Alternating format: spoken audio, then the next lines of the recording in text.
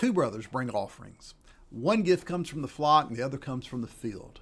Both step into worship, but only one walks away accepted. The other, well, he walks away angry, and that choice changes everything. In Genesis 4, we see the first murder, but it doesn't describe the first murder. It really exposes the subtle path that leads there. The drift of the heart in worship, the heat of anger, the choice to rule sin or to be ruled by sin. But it also shows God's mercy breaking through. He speaks before the fall. He confronts after the fall. He marks the guilty to restrain violence and extend mercy beyond what anyone would expect. This week we walk into the worship scene with Cain and Abel. We learn how to bring God our first and our best, and how to rule anger at the door, how to be our brother's keeper, and how to trust God's justice, even in a world that often feels unjust. So let's talk about the principle of bringing first and bringing best. Bring first and best. We look at Genesis chapter 4, beginning in verse 3. We'll read through verse 5. It says, "In the course of time, Cain brought to the Lord an offering of the fruit of the ground, and Abel also brought of the firstborn of his flock, and of their fat portions." That's important. "And the Lord had regard for Abel and his offering, but for Cain and his offering he had no regard. So Cain was very angry, and his face fell." Let's think about it. Okay, both brothers brought something, but only one brought his first and his best. Abel's offering came from the firstborn, and it includes the very best parts, the fat portions. That's the best part of the steak, right? That's where it gives all that flavor. But Cain's gift was different. No, Cain's gift kind of seems routine. One offered a sacrifice to God with significance, but the other sacrifice, well, it was just more casual.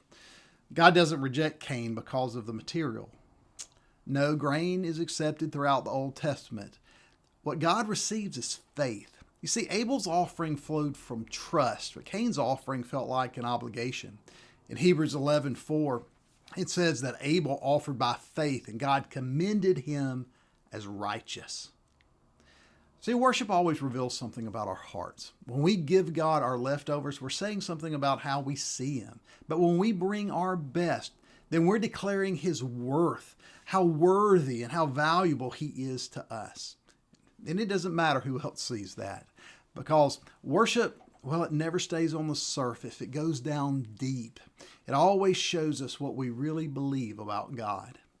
Cain and Abel both bring an offering. But this story isn't mainly about farming versus shepherding. It's about what kind of heart stands behind the gift. One of these men approaches God as a box to check, and the other approaches God as his treasure to honor.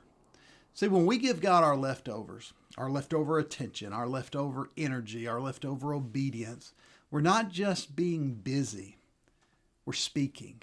We're saying something. We're saying, well, you matter, but not most. You can have what's convenient after I've handled what I really consider important in life. Leftovers are rarely accidental. They usually come from a heart that's just quietly decided that God, well, He can be postponed for a moment. He can sit to the side. But when we bring our best, we're declaring His worth.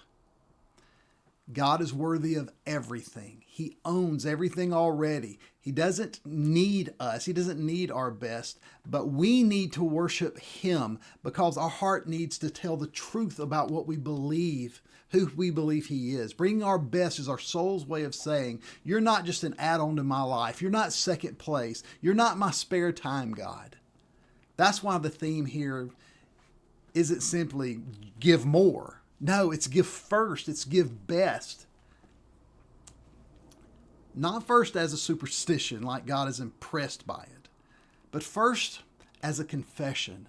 God belongs at the front of my life, not at the edges.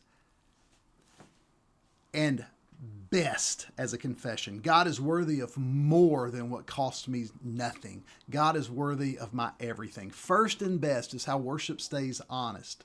It's how we refuse to treat God like a spiritual afterthought. It's the quiet, the steady way that we say with our lives what Abel said with his offering. God is worth it before anything else gets paid, before anyone else sees it, before I even know how this day is going to turn out. God is worth my first and my best. So I want you to do this. I want you to think about one way that you can put God first this week. Start your day with scripture before checking your phone. Give your best time to God in prayer, not your last minutes. Take a real step toward God by giving your first and your best, whatever that looks like today. This has been the Pastor's Devotion, and I look forward to seeing you Sunday.